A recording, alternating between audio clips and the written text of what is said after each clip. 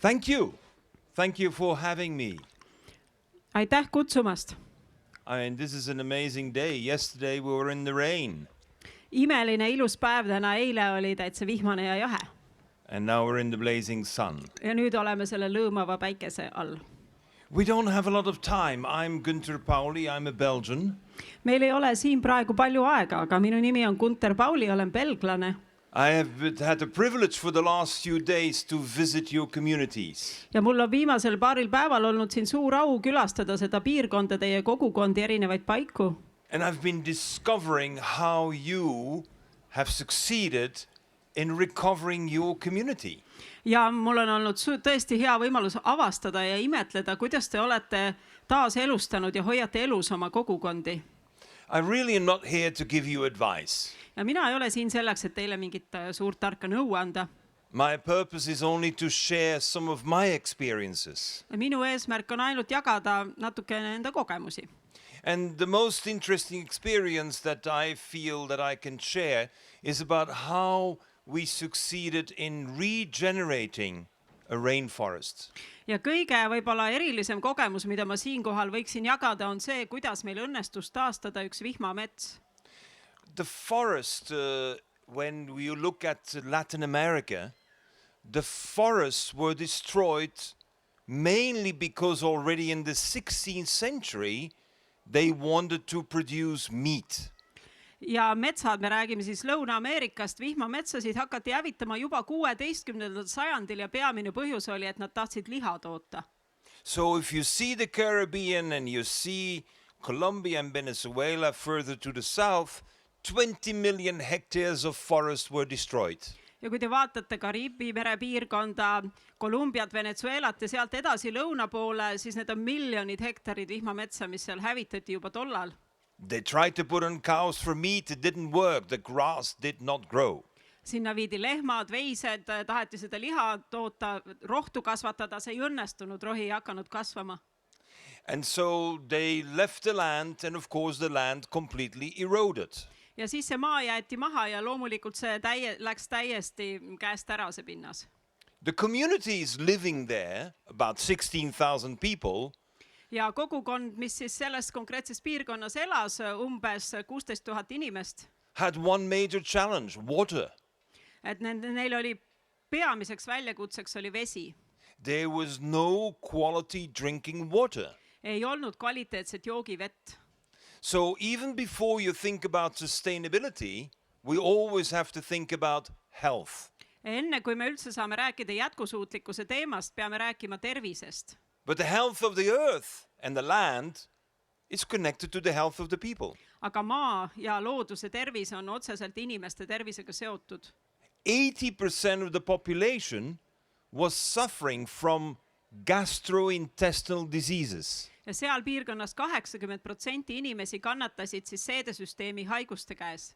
So the typical solutions are, first of all, let's give them medicine. Tüüpilised lahendused on, hakkame siis neid ravima. The second is, let's produce water chemically. Ja teine lahendus on, et toodame seda vett siis kunstlikult. We sat down and said there is a third solution. Ja kui meid kutsuti sinna siis sellele asjale kaasa mõtlema, siis me istusime maha, mõtlesime selle asja üle ja ütlesime, et aga on kolmas lahendus ka. We decided to regenerate the rainforest that once stood there.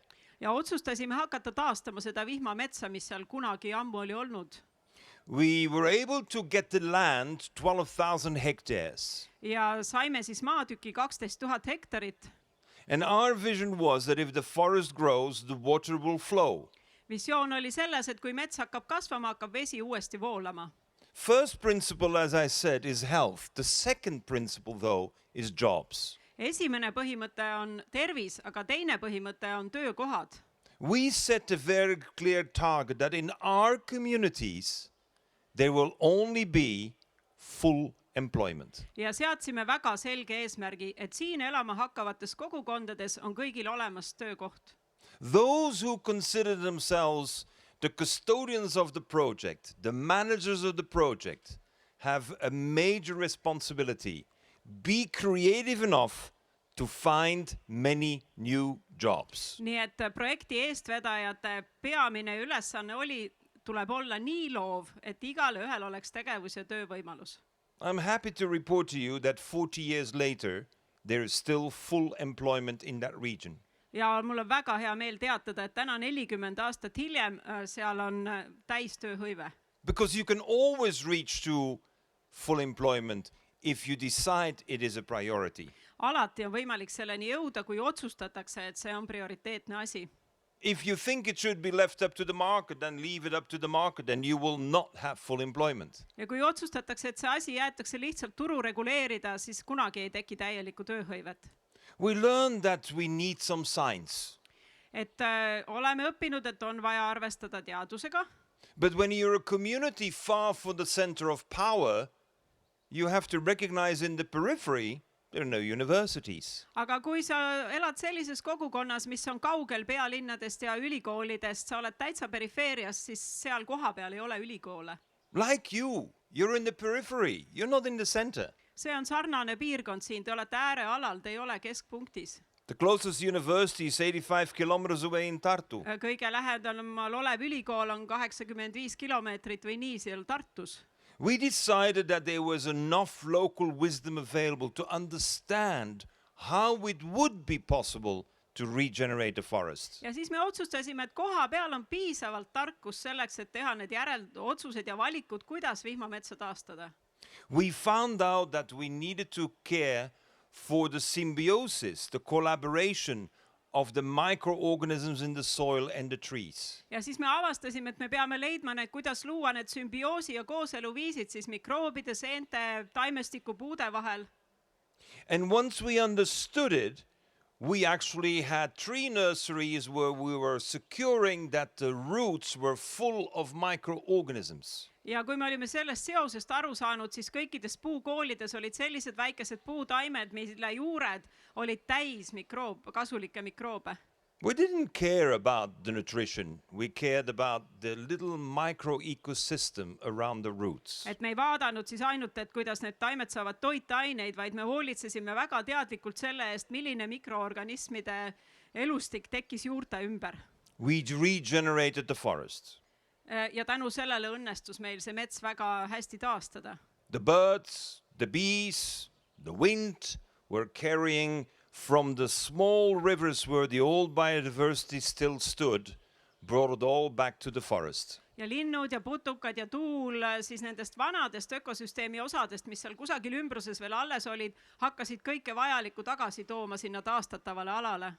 Instead of the typical management of the supply chain, where you want to press suppliers and be as cheap as possible, we decided we will create dozens of micro-enterprises. Ja see ei olnud tüüpiline tarneahela mõtlemine, kuidas majandus on niimoodi üles ehitatud, kuidas kõik oleks võimalikult efektiivne, võimalikult soodus ja odav.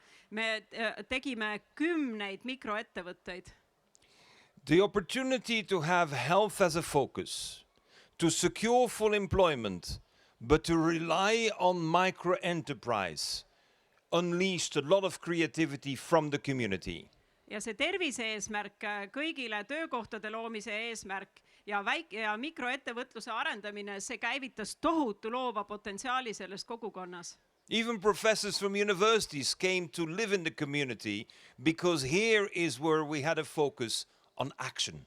Isegi tulid mõne aja pärast ülikoolide õppejõud elama sinna kogukonda, sest seal oli fookus tegutsemisel.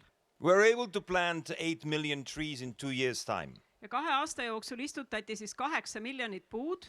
And 3 years later, we could see the first trickles of water coming from the forest. Ja 3 aastat hiljem oli näha esimesi tulemusi, kuidas sealt metsas hakkas vett tekkima. After 7 years, we had so much water that we decided to put it into a bottle. Peale 7 aasta pärast oli nii palju vett, et nad otsustasid seda vett ka pudelitesse panna. Once we were able to have this micro-enterprise and to secure on this delivery of production, we decided that we needed to industrialize locally. Ja kui need väikesed ettevõtted olid olemas ja oli näha, et see tegevus ja mahud kasvavad, siis nad otsustasid, et kohapealset väiketööstust on ka vaja. We had no interest in creating big industry. Ei mingit huvi ei olnud sinna mingit suurt tööstust teha. We knew we had 8,000 hectares. We knew we had the pine trees, and we knew we could get the sap from the pine, the resin from the pines. ja meil oli seal 8000 hektarit, seal olid ka männipuud ja need puud andsid vaiku ja me teadsime, et me saame seda vaiku kasutada. Today we have the local factory for Colofonia, which is the processing of the pine.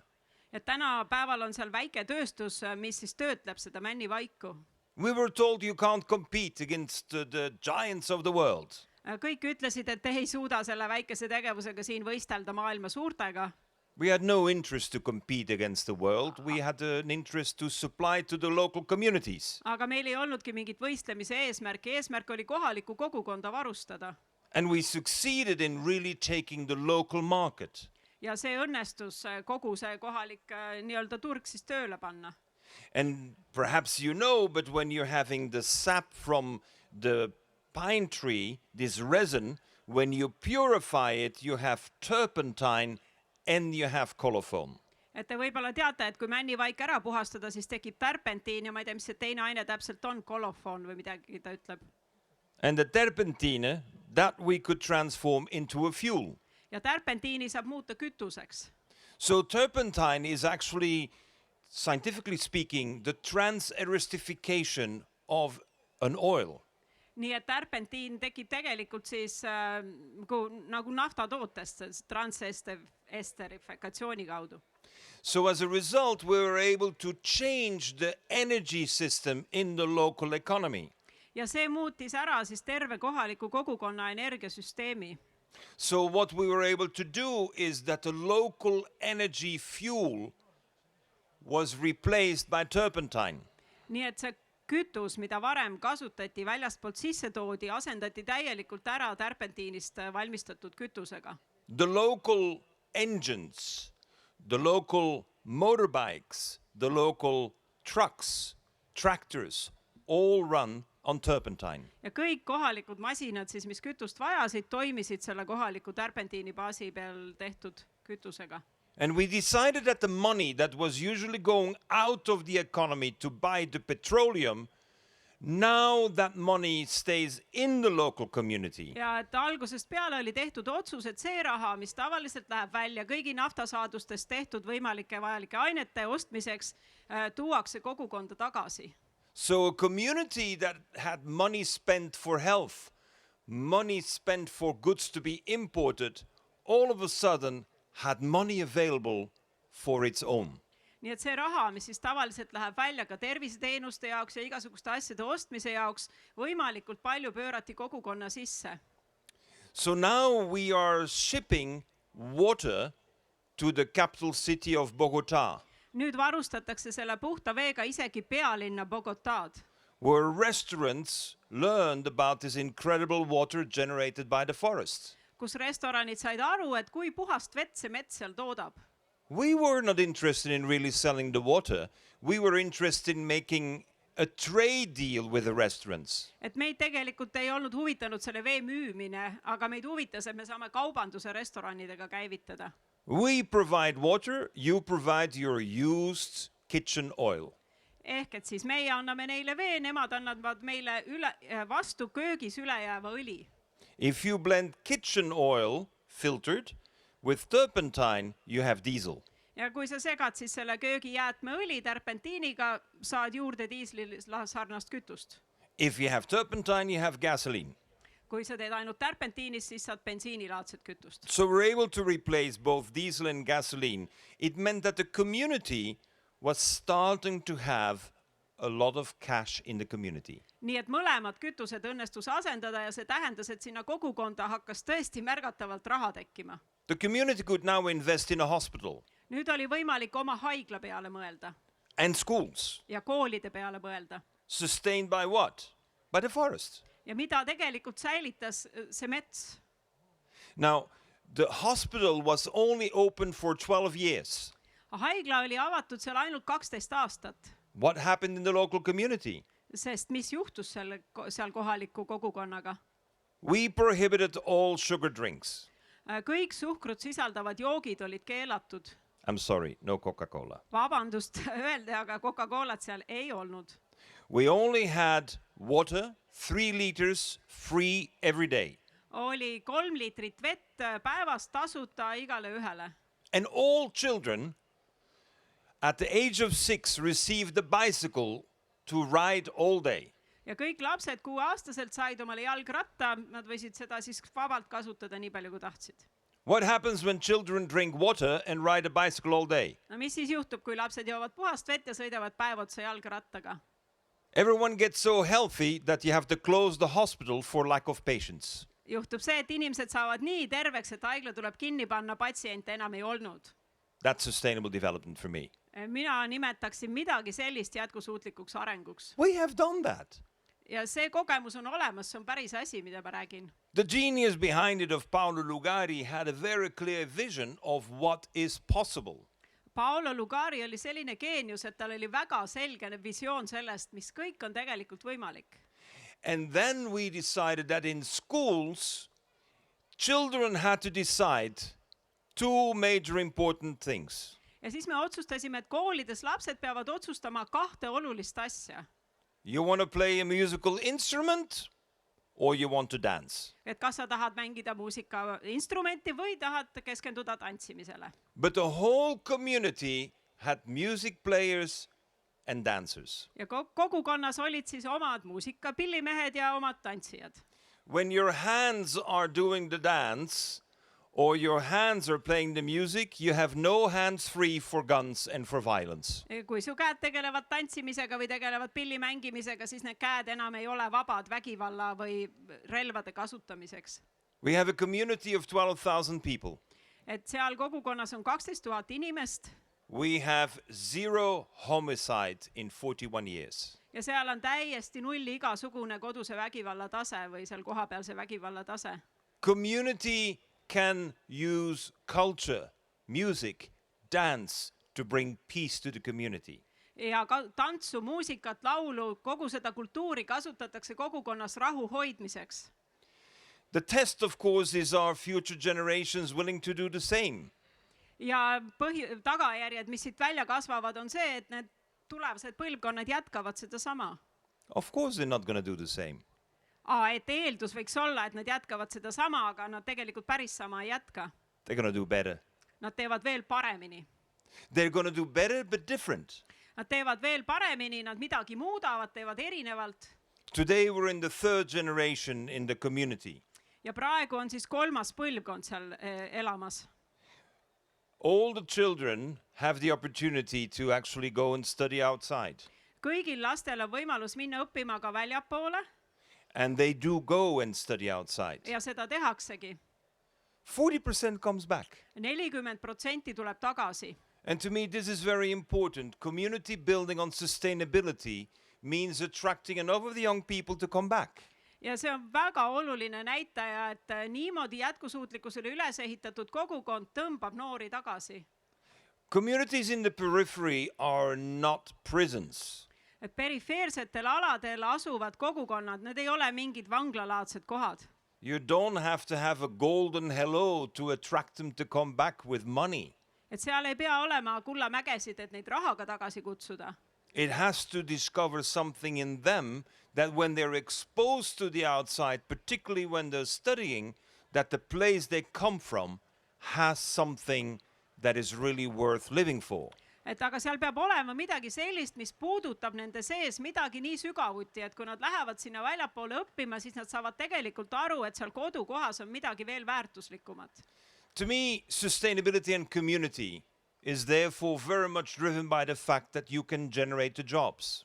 Nii et kui mul paluti rääkida jätkusuutlikkusest ja kogukonnast, siis ma toon välja just selle näite, sellepärast et väga suur osakaal on sellel, kas on töökohad või ei ole.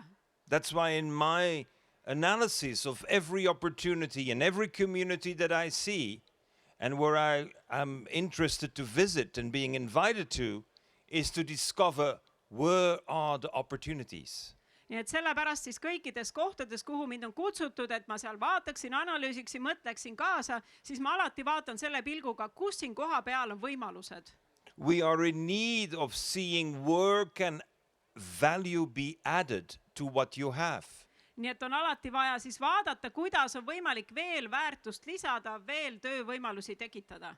Sustainability is not about solar panels and windmills. Jätkusuutlikkus ei ole päikesepaneelide ja tuulegeneraatorite küsimus. Sustainability needs to be entrenched in the community because the value that is generated in the community is generated sustainably.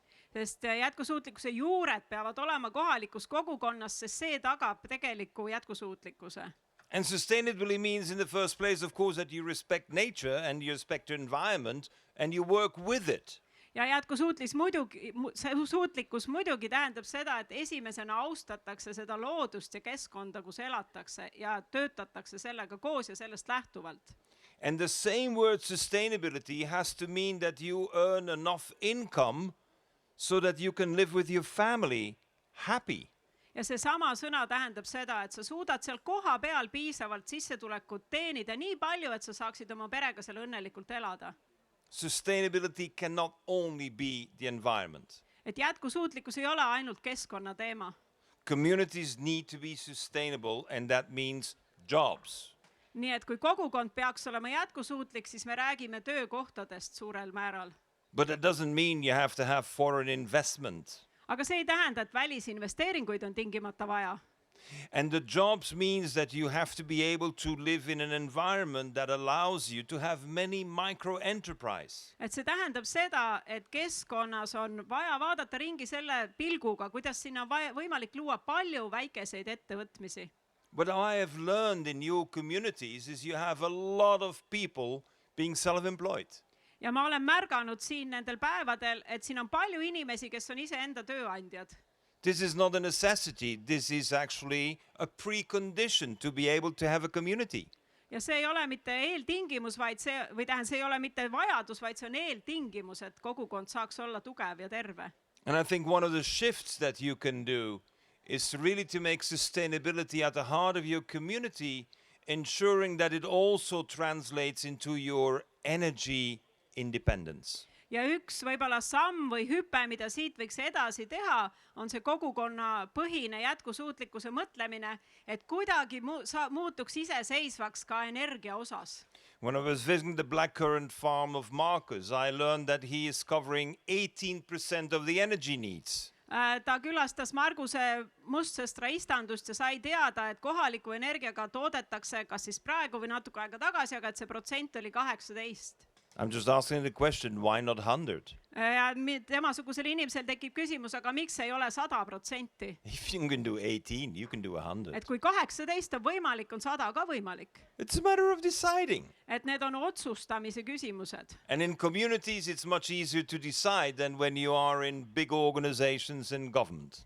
Aga kogukonna põhiselt on palju lihtsam otsustada kui suurtes organisatsioonides või valitsusasutustes. What you also want to ensure is that you have a peaceful environment. Ja muidugi te tahate kindlustada ka selle, et teil on rahulik ümbrus. That means not, of course, that there is never any tension. Et see ei tähenda muidugi seda, et mingeid pingeid üldse ei teki. The key is to have an environment where you can really be at ease, not just at peace. Aga et see tähendab sellist kogukonda, kus sa mitte ei saa lihtsalt rahus elada, aga sa saad elada ka hea kerge tundega või nii-öelda siis ilma suurte muredeta. And of course we have this, since centuries, this spirit of some people to instill fear in communities. Ja kahjuks on sadu aastaid juba selline meelestatus osadel inimestel, et nad süstivad hirmu kohalikesse kogukondadesse. When you live in constant fear, you will not have peace. Ja kui sa elad pidevas hirmus, siis see ei tekita mingit rahu atmosfääri. Let me tell you an anecdote which is far away from your reality. Ma räägin teile ühe loo, see on teie siinsest tegelikkusest väga kaugel olev näide. I'm working here in Colombia. Et ma olen Kolumbias, töötan seal. There is guerrilla, there is paramilitary, there are a lot of crooks. Seal on gerillagrupid, paramilitaarsed grupid, igasugused muud pätid ja kaabakad. A lot of kidnapping. Palju laste ja inimeste varastamist. I couldn't even sleep in the same bed for 2 nights in a row. Isegi 2 ööd järjest ei ole turvaline samas voodis magada. And so we asked ourselves, what kind of a management structure do we give to the community? ja siis me küsisime enda käest, et millist juhtimisstruktuuri kohalik kogukond vajab. And we realized that when you have a mayor, a head of the community who's elected, then he gets kidnapped. Ja saime aru, et kui seal on linnapea või mõni teine kogukonnajuht, siis see inimene varastatakse ära. So we decided to have no mayor, Ja siis otsustasime, et nendel üksikutel juhtidel ei ole mõtet. no city council. Linnanõukogul või muul sarnasel ei ole mõtet. We make collegial decisions without announcing who made the decision. Et otsustasime hakata vastu võtma kollegiaalseid otsuseid, ütlemata välja, kes selle otsuse tegi. We decided to focus on what is important. Et otsustasime, et keskendume neile asjadele, mis on olulised. And I mentioned to you, it's about jobs, it's about health, Ja rääkisime siis töökohtadest, tervisest ja kõigest sellest, millest juba juttu oli. it's about overcoming challenges. Väljakutsete ületamisest. And it's about considering what is important for everyone, for free for everyone. Ja et pidades silmas neid asju, mis on igaühe jaoks olulised, et need asjad ja teenused oleksid tasuta. After more than a decade, the community really could be considered a community that eliminated poverty. Et jutt käib ikka sellest endisest samast vihmametsa taastamise näitest, et 10 aastat oli mööda läinud ja siis võis öelda, et vaesus on kõrvaldatud. A community that was healthy, no more gastrointestinal diseases, no more diabetes. Oli terve kogukond, enam ei olnud neid seedehaiguseid, ei olnud seda suhkrutõve. So what is our next challenge? Aga et milline on siis järgmine väljakutse?